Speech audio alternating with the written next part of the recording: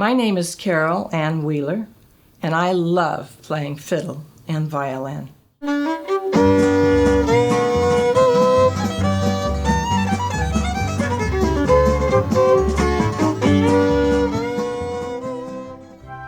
I started it when I was 11 years old, and in the 5th grade, my music teacher was called Mr. Minor, which is kind of funny to musicians. And he gave me a music test. It was, which is higher? And I picked the higher, and he said, great, you'll make a good violin player. That is the truth. My playing the first 20 years was all violin and all classical. And in the days that I was taught how to play, the Suzuki method wasn't around. It wasn't around till many years later when I graduated from college. I played all the way through high school, and I went to college as a music major. And then I taught 7 elementary high school schools in the town of San Carlos. As a child, I had remembered playing the radio and hearing this sound that was just a sound that really stirred in me. But in those days, we didn't have tape recorders. And the music went so fast, it just buzzed by. So I didn't think about it again for a good 20 years until after I was married and a mother. I saw an ad in a music store, and the ad said, wanted, Bluegrass fiddler. And so I called the man and I said, well, I don't know what bluegrass is. And I said, I can play Turkey in the Straw. And he laughed, and I said, well, I can play Arkansas Traveler, because those were the 2 tunes I knew. And he laughed again, and he said, tell you what, come to rehearsal and we'll show you what bluegrass is. And that's where I began fiddling. I found it extremely difficult because in those days they didn't have books, no way to read except by playing by ear. I remember that night in orchestra, they say take a break. That means that everybody gets to put down their instruments and go get the water, you know. They were playing a tune, I can't remember, it might have been Devil's Dream, and they said, take a break, take a break. So I went and I sat down in the corner on a chair. And they stopped playing and they looked over and said, what's the matter? And I said, you told me to take a break. I had no idea that meant it's your turn to take the lead and play the solo for a while. For about 6 months I kept saying, if I only had the music, I could do this. After a long time, I realized that I just go ahead, bite the bullet, and start all over. And that's what I did. I started with really slow, simple tunes that I could learn by ear, and then gradually I kept getting faster, and gradually learning by ear became easier and easier. One night I went to rehearsal and they told me that I couldn't be in the Bluegrass group anymore. And so I left, and I don't know how I got home because I was crying so hard. I felt like a failure. They told me I was too old-timey. And old-time is a certain sound. The bluegrass is another sound. So many people think that old-time fiddling is the same as bluegrass, and it isn't.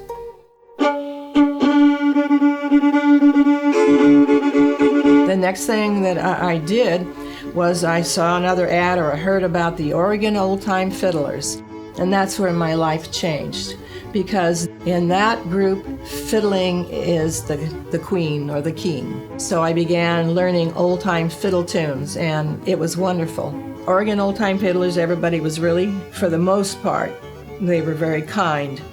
Oh, I did have a couple that, you can usually spot violinists quite easily. I really felt that some of the old-time fiddlers were very prejudiced against violinists. I had some of them that told me I couldn't do it. I wasn't going to be able to do it because I was ruined because I had played violin. And I think that made me want to learn all the more. A lot of times fiddlers will help other fiddlers, and I was very fortunate because at a jam I met a man named John Melnichek. In fact, he was there with another fellow, and they were playing in the kitchen with Leroy Sims, and they were playing like, and they were having so much fun. And I remember thinking, oh, if I could only play like that. And so I talked to John, and he had me play a little tiny bit. And he said, well, you're pretty good, but you need to be shown what to play and how to play it, because notes are not enough. I also learned, in fact, he kind of teased me about it. I used to go to the Oregon Old Time Fiddler jams, and I would sit there and watch every single fiddler. And I would glean from them I watched the ones I liked, and if something was wrong, I'd try and figure out what was wrong with their fiddling. And I remember once that he came and said, how can you be here and listening to all these fiddlers? And I said, well, I'm learning. And so I did. I learned. You can learn from somebody that plays better than you, and you can learn from somebody that doesn't play as well as you do. Contests are often a way of getting established on fiddle, because if you win a contest, then people start to think of you differently. They really do. They treat you different too. The first contest that I went to, I didn't even make a cut, not the first cut. And so I went home determined to do better. Second contest that I went to was in Spokane, Washington, and I was blessed by winning Northwest Regional Ladies Fiddle Champion. They even called the women ladies. From then on, people started respecting me more. I started to be a little more noticed than I had been. There's been so many times I haven't felt good, and so I was always striving to get better. But contests are really mean business. Because they had ladies divisions, I had a bit of a chance playing in it. The next thing I went to was the National Fiddle Contest, and I was very fortunate. I won National Ladies Fiddle Champion runner-up. That was really good. I was thrilled.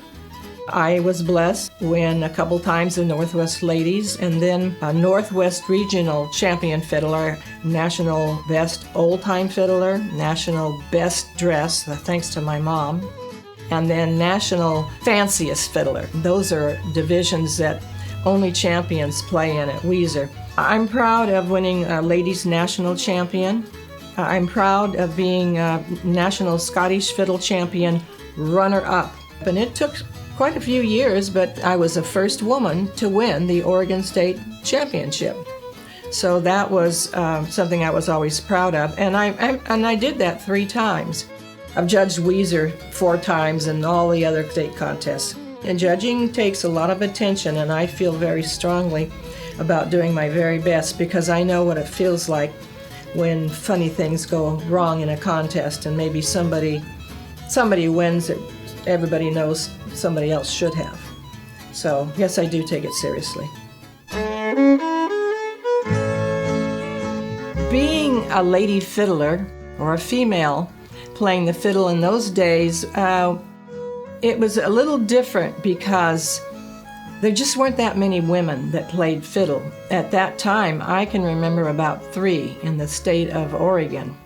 Of course, in those days, a woman was kind of a novelty. I'm talking over 37 years ago. Women were a little bit removed. There weren't too many little girls that played. These days, women are a dime a dozen. There's lots of women out there, and there's lots of little girls. But I also remember grousing and complaining about the prejudice against women in the fiddling, and one of my students, a 90-year-old woman, said, "You think you got it rough? You should have been around when I was trying to be a woman geologist, and I was the only one in the United States." So I got a better attitude then. There's a lot of people that I admire their fiddling. But there was one that allowed me to come and stay with he and his wife, and that was Herman Johnson. And all through the years, I still keep in contact with him. I call him and I'll say on the phone, "Name this tune," and then I play a tune, and he always guesses that it's me and says that I'm the only one that does that. I've done that for probably 30 years now. He's wonderful, and he's so clean and clear and very creative, and just a smoothness about his playing and an ease, just an ease.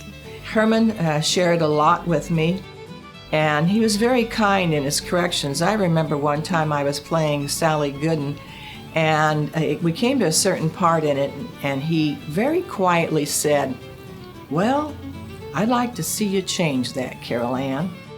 He was very, very patient, and we even got to go to a fiddle contest when I was back there with him. Yeah, he won first place. He got a great big silver bowl, and I had this little bitty bowl. I still have a picture of he and I together with our bowls, and it looks kind of funny.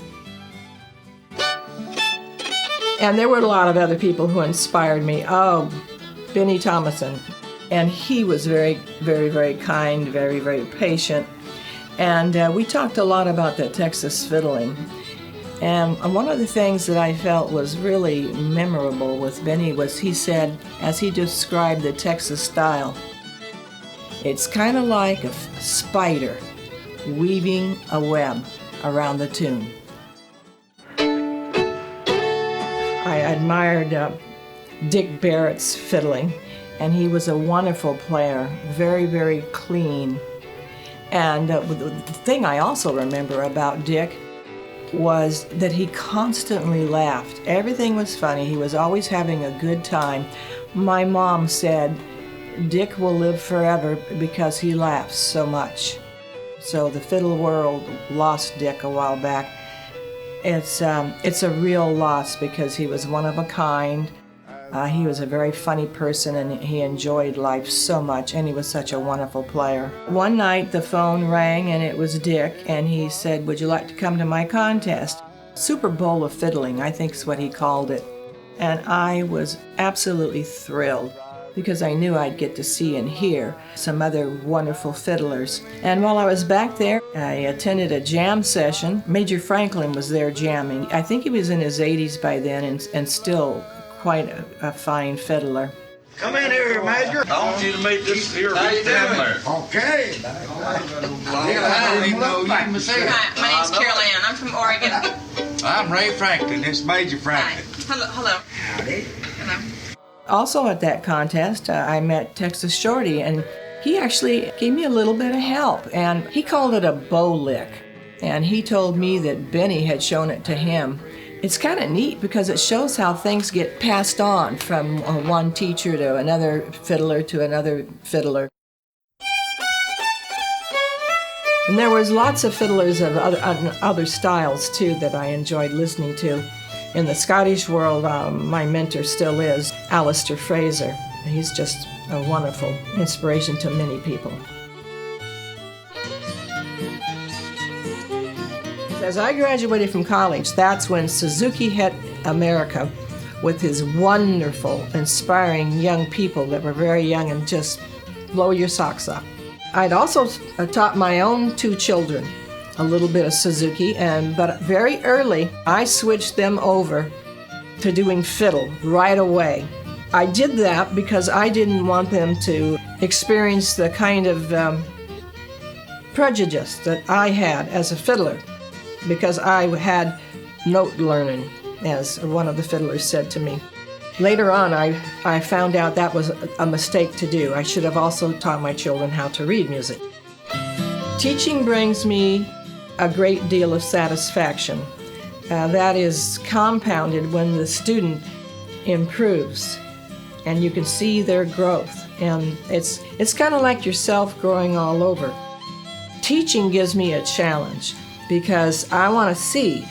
You have to find out what is wrong with this person's playing. You analyze it. Then you think, what do they have to do to fix that?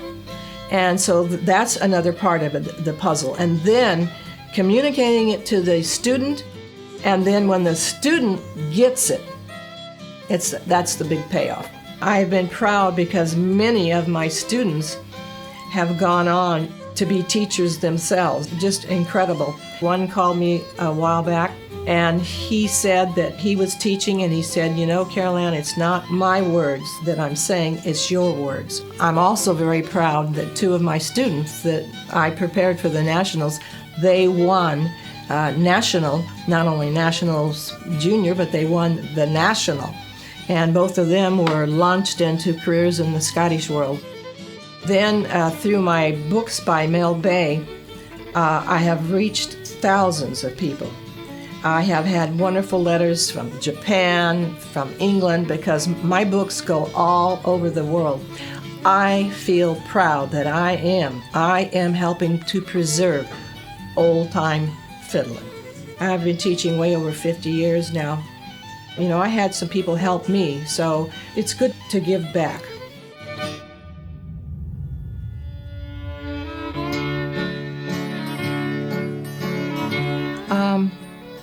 I would hope that some people would feel that I helped a lot of other people. That would be one, and that she sure played a lot of different styles, you know. I would hope that I had inspired some people. So the tunes that I put in my children's fiddling method and in my collection book too are tunes from all around the world and from lots of other fiddlers, many of them now gone, and that I have helped to carry it on and preserve it, so for a little longer.